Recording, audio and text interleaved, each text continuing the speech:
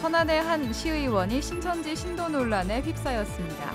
과거 신천지 행사에 참석해 구설에 올랐던 국민의힘 소속 김행금 천안시의원의 이름이 포함된 신천지 신도 명단이 온라인에 유출돼 지역사회가 술렁이고 있습니다. 단독 취재했습니다. 대한예수교장로회 통합총회가 오는 9월 정기총회 장소 선정을 놓고 고민에 빠졌습니다. 총회 임원회가 명성교회에 장소 사용 협조를 요청한 것을 두고 교단 내에서 반대 목소리가 커지고 있습니다. 자세히 알아봤습니다. 전 세계 선교지 소식을 전하는 미션 리포트 시간은 최근 부족 간 유혈 충돌로 수백 명의 사상자가 발생한 인도 소식을 들어봅니다. 부족 간 갈등 상황에서 기독교에 대한 박해도 심각한 상황입니다. 여러분 안녕하십니까? CBS 뉴스입니다. 천안의 한 시의원이 신천지 신도 논란에 휩싸였습니다. 국민의힘 소속 김행금 천안시의원은 과거 신천지가 주최하는 각종 행사에 참석해 구설에 올랐었는데요. 김행금 의원의 이름이 포함된 신천지 신도 명단이 온라인 커뮤니티 사이트에 유출돼 지역사회가 술렁이고 있습니다. 송주열 기자의 단독 보도입니다. 김행금 천안시 의원이 신천지 신도 논란에 휩싸였습니다.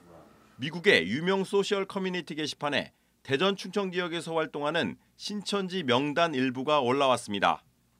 이 명단에서 천안교회 부녀회 소속 김행금이라는 이름이 발견된 겁니다. 논란이 확산되자 이 사이트 게시글은 삭제됐지만 이미 천안 지역 교계를 중심으로 신도 명단이 확산되고 있습니다. 특히 김행금 시의원이 평소 신천지 행사 참석으로 자주 구설에 올랐다는 점에서 의심은 더욱 커지고 있습니다. 2019년 신천지 만국회의 당시 김 의원이 천지TV와의 인터뷰에서 이만희 대표님께서 말씀하신 하나하나가 가슴에 와닿는다면서 하늘 문화 평화가 하루속히 이루어지길 바란다고 말하기도 했습니다. 신천지가 주축이 돼서 어떤 행사를 하면은 반드시 그 자리에 있으니까 그러한 행사에 참여하는 거에 대한 보도가 이제 그것도 신천지 관련 언론에서 이제 집중적으로 그냥 악용이 되는 거죠.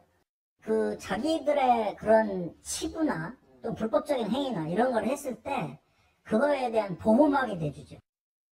시 의원이 신천지 신도라는 의혹이 일파만파 퍼지면서 시민들의 우려와 분노도 커지고 있습니다.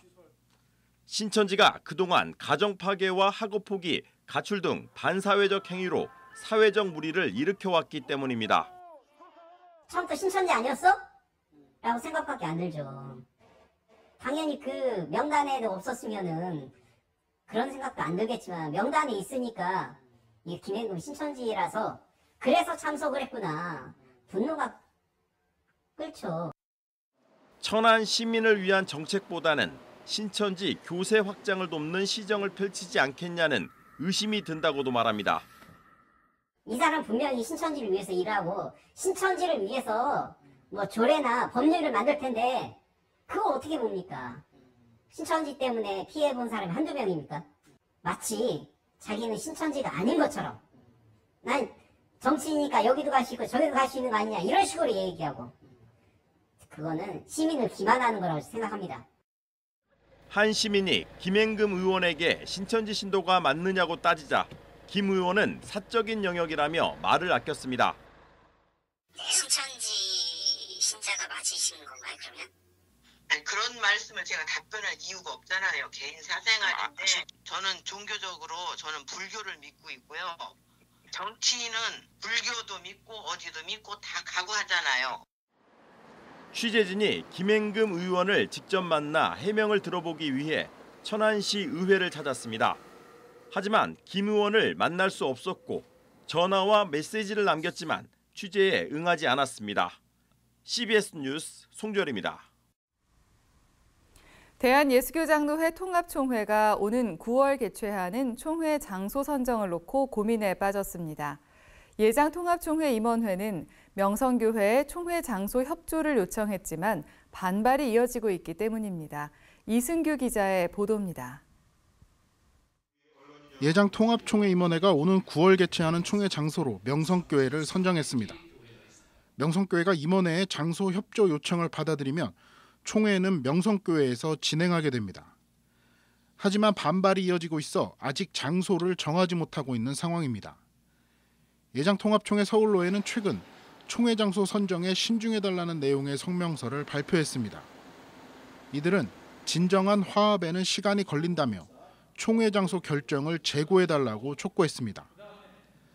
예장통합총회 목회자들로 구성된 건강한 교회를 위한 목회자협의회 역시 총회 장소로 명성교회가 거론되는 것과 관련 우려와 반대 입장을 밝혔습니다. 이들은 명성교회에서 총회를 개최하는 것은 아직 시기상조라며 교회가 총회 장소 협조를 정중하게 거절해야 한다고 지적했습니다. 통합총회 바로 세우기 행동연대 역시 명성교회로 인해 깊은 상처를 안고 아파하는 수많은 성도와 교회 목회자를 외면한 처사라며 명성교회에서 총회를 개최하면 다시 갈등이 불거질 수 있다고 강조했습니다. CBS 뉴스 이승규입니다. 예장통합총회 임원회는 지난 4월 명성교회에 총회 장소 사용 협조 요청 공문을 보냈습니다. 예장통합총회 임원회는 목회 대물림으로 큰 혼란을 야기했던 명성교회에서 총회를 개최하므로 교단의 치유와 화해를 도모한다는 명분을 내세웠습니다. 하지만 이미 보신 것처럼 교단 내부 반발이 만만치 않습니다. 언젠가는 명성교회에서 총회를 개최해야 하겠지만 아직은 때가 아니라는 겁니다. 지난 3월 대법원이 김하나 목사의 대표자 지위를 인정하는 판결을 내렸지만 여전히 명성교회 목회 대물림으로 상처를 입은 사람들이 많기 때문에 총회 장소 선정에 신중해달라는 입장입니다. 명성교회 역시 임원회 요청을 받아들이자는 의견과 굳이 논란을 다시 만들 필요가 없다는 의견이 맞서고 있는 것으로 알려졌습니다.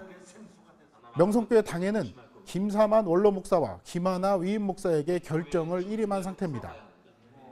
명성교회가 임원회 요청을 섣불리 받아들이지 못하고 있는 이유는 총회 장소로 사용할 경우 다시 목회 대물림 논란이 불거질 수 있기 때문입니다. 목회 대물림 논란이 다소 잠잠해지고 있는 가운데 굳이 총회를 개최해 논란에 불을 지필 이유가 없다는 이유에서입니다. 명성교회에서 총회가 열릴 경우 교계는 물론 일반 언론에서도 명성교회 목회 대물림을 다시 거론할 가능성이 높습니다.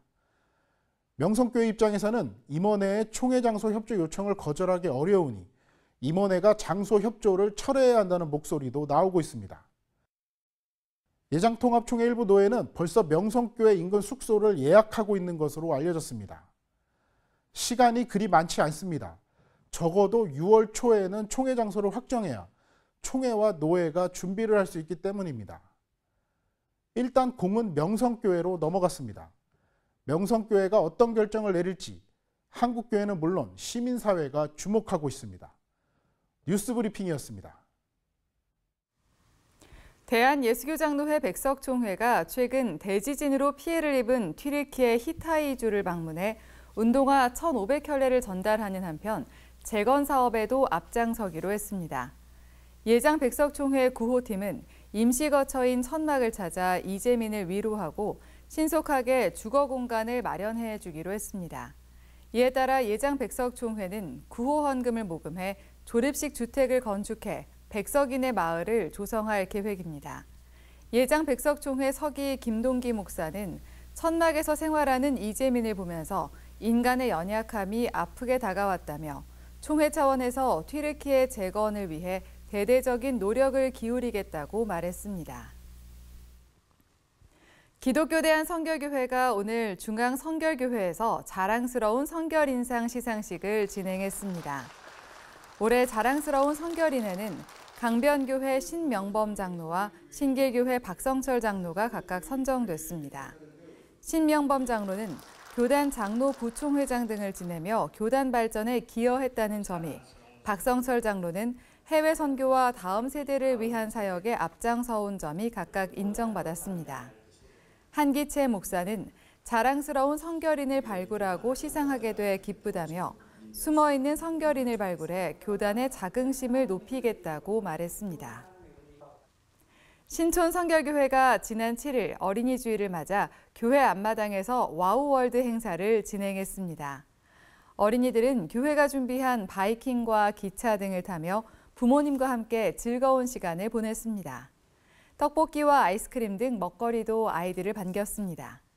한편 신촌교회는 올해부터 교회학교 명칭을 예배의 경이로움이라는 뜻을 가진 원더 오브 워십의 앞글자를 딴 와우 교회학교로 변경하고 어린이 예배 회복에 주력하고 있습니다.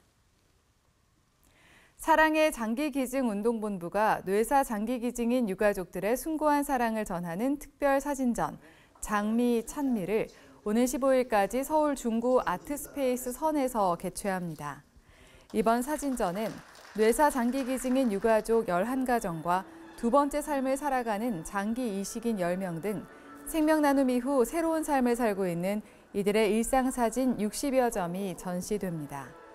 또 엽서쓰기 이벤트와 장기기증인 생명 나눔 스토리 열람, 감사편지 오디오북 청취 등 다양한 프로그램도 마련됐습니다. 사랑의 장기기증운동본부는 이번 사진전을 통해 성숙한 생명 나눔 문화가 우리 사회에 깊이 자리 잡기를 기대한다고 전했습니다. 전 세계 선교지 소식을 전하는 미션 리포트, 오늘은 인도로 가봅니다. 인도 마니푸르주에선 최근 부족 간 유혈 충돌이 발생해 수백 명의 사상자가 발생했는데요. 표면적으로는 소수 부족에 대한 정부 지원 정책을 둘러싼 부족 간 갈등이지만 그 이면엔 종교적 요인도 있다고 합니다. 갈수록 심화되는 인도의 기독교 박해 상황을 가명을 사용한 소 요한나 선교사가 전해드립니다.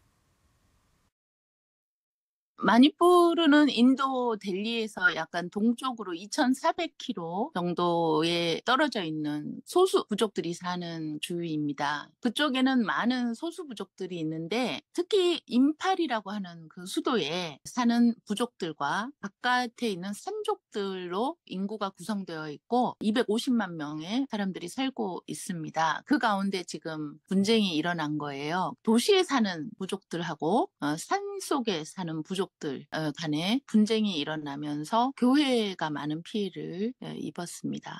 지난달 4월 20일 정도에 마니푸르 고등법원에서 메이테이 부족이라고 하는 부족에게 지정 부족이라는 쉽게 말해서 혜택을 받을 수 있는 그 권한을 부여함으로 말미암아서 일어난 사태는 분명합니다. 왜냐하면 메이테이 부족은 도시 안에 사는 부족들이고 그 마니푸르의 65%를 차지하는 우세 부족이고 힌두교 부족이에요. 근데 자기들이 지금까지 특혜를 누리고 살아왔음에도 불구하고 그 소수 부족들에게 그 쿼터, 할당, 이 인도에서는 레저베이션이라고 하는데 이 레저베이션이 주어지는 것에 대해서 자기들에게도 그 권한을 받고 싶은 거죠. 그렇게 되면 정치적으로 또 사회적으로 많은 이점이 있으니까요. 그것에 대해서 공평하지 않다. 특혜를 준 것에 대해서 반발해서 이제 시위를 벌이고 있는데 폭력으로 대응을 한 거예요.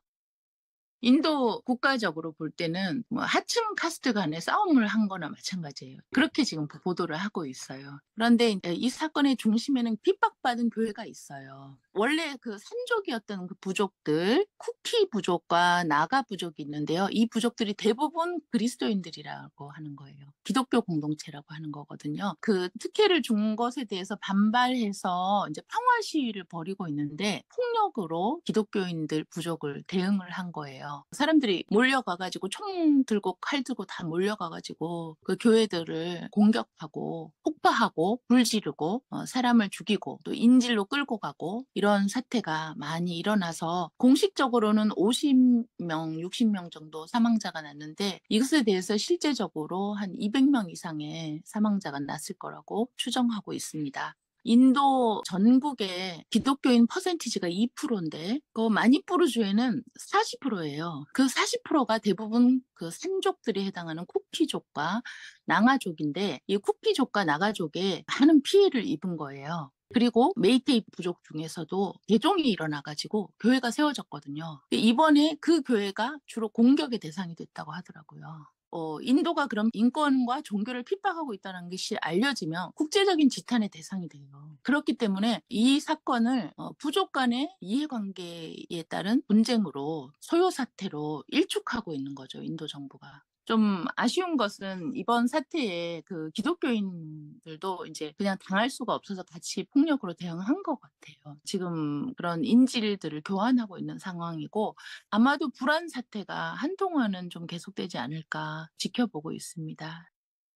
최근에 헌법에 위배되는 반개종법을 주마다 통과시켜서 억지로 시키지도 않았는데 개종시켰다 하고 이렇게 지금 감옥에 집어넣고 이런 사태를 계속 만들고 있거든요. 이런 국가적인 분위기를. 그리고 2030년도까지 인도 전체를 힌두화하겠다 하는 그런 계획도 공공연히 하고 있기 때문에 그 힌두교를 버리고 기독교를 개종하면 너희들은 떠나라는 거예요. 근데 이 사태는 하루 이틀 일어난 사태가 아니고 지금 계속 누적되고 있는 사태거든요. 지난 1월 달에도 차티스가르 주에서 수천 명의 사람들이 카톨릭 교회를 찾아가서 돌을 던지고 교회를 무너뜨리고 추방했어요. 이런 사태에 대해서 인도 정부들이나 인도 국민들의 그 반응을 보면 동정심이 없어요. 당연하다. 기독교는 이 땅에서 떠나야 된다.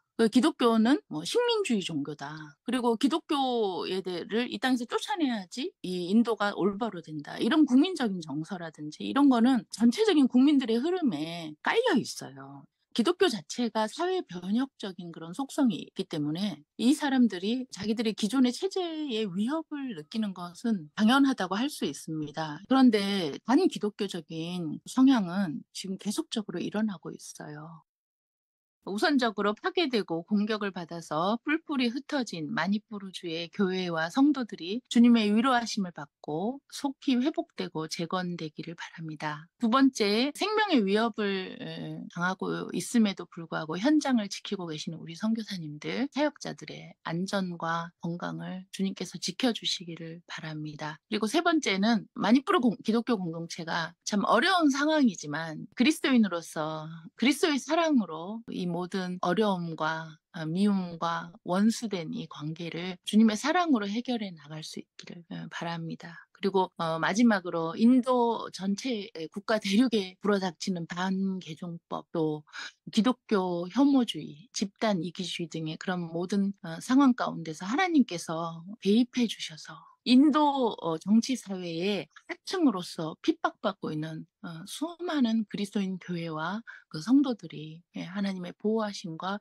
위로하심을 받고 무너지지 않고 주저앉지 않고 믿음을 지킬 수 있기를 소망합니다.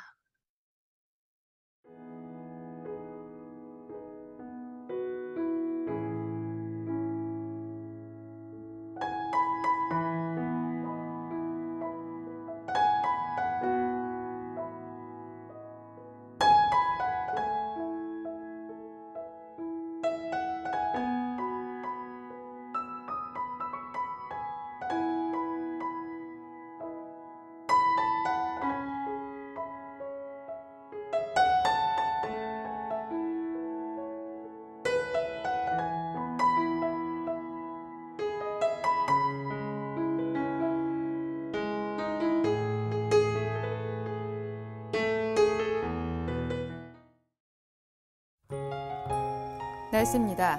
내일은 전국에 대체로 구름이 많은 가운데 내륙을 중심으로 일교차가 크겠습니다. 제주도엔 밤부터 비가 오는 곳이 있겠습니다. 내일 아침 최저 기온은 8도에서 14도, 낮 최고 기온은 20도에서 25도로 예상됩니다. 이상으로 뉴스를 마칩니다. 시청해주신 여러분 고맙습니다.